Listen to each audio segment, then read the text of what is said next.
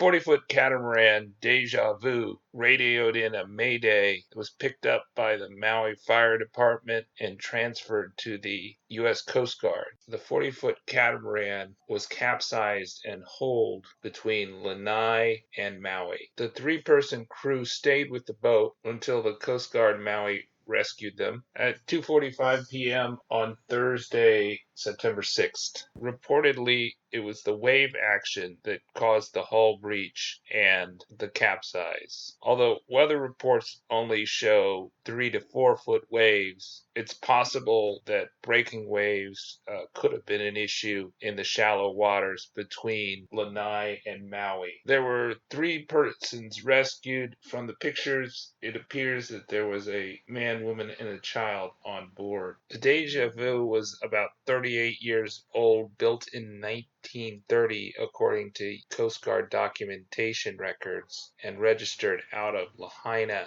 Hawaii, on the island of Maui. Its hull material was wood, and perhaps the hull breach was due to some weakness in the hull because the weather conditions, showing around 15-mile-an-hour winds and 4-foot waves, generally seemed mild. Waves should not have breached the hull, and the hull breach looks more consistent to my eye with some sort of collision. As Maui is the home to many big wave surfers, it's possible they got in some heavy surf, which led to the capsize and hull breach. Everyone on board was rescued because they stayed with their boat and they called for help with their radios. We recently reported on another sailboat who lost one of his crew members when both the crew got separated from the boat, and the boat was found before the first survivor was found and before the other crew member was found dead. The lesson is that rescuers are much more likely to find the boat than a swimmer in the water. So you should always stay with a floating boat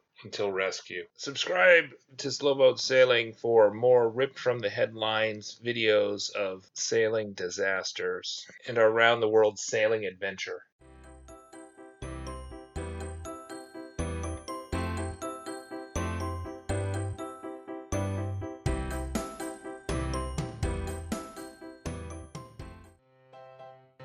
I talked to Greg Cutson of Mantis Anchors about why weight in the tip of the Mantis anchor is so important. The main issue I perceived with anchors was not really ultimate holding power. The reason they failed was because they never really properly set first place. So very rarely, 25 knots, you're overpowering a well-set anchor. We wanted to create something that guaranteed you a universal set. As a cruiser, when you go around, you find unique locations that are really hard to get an anchor to bite. And we solved that problem. Go to mantisanchors.com to order yours for a better night's sleep.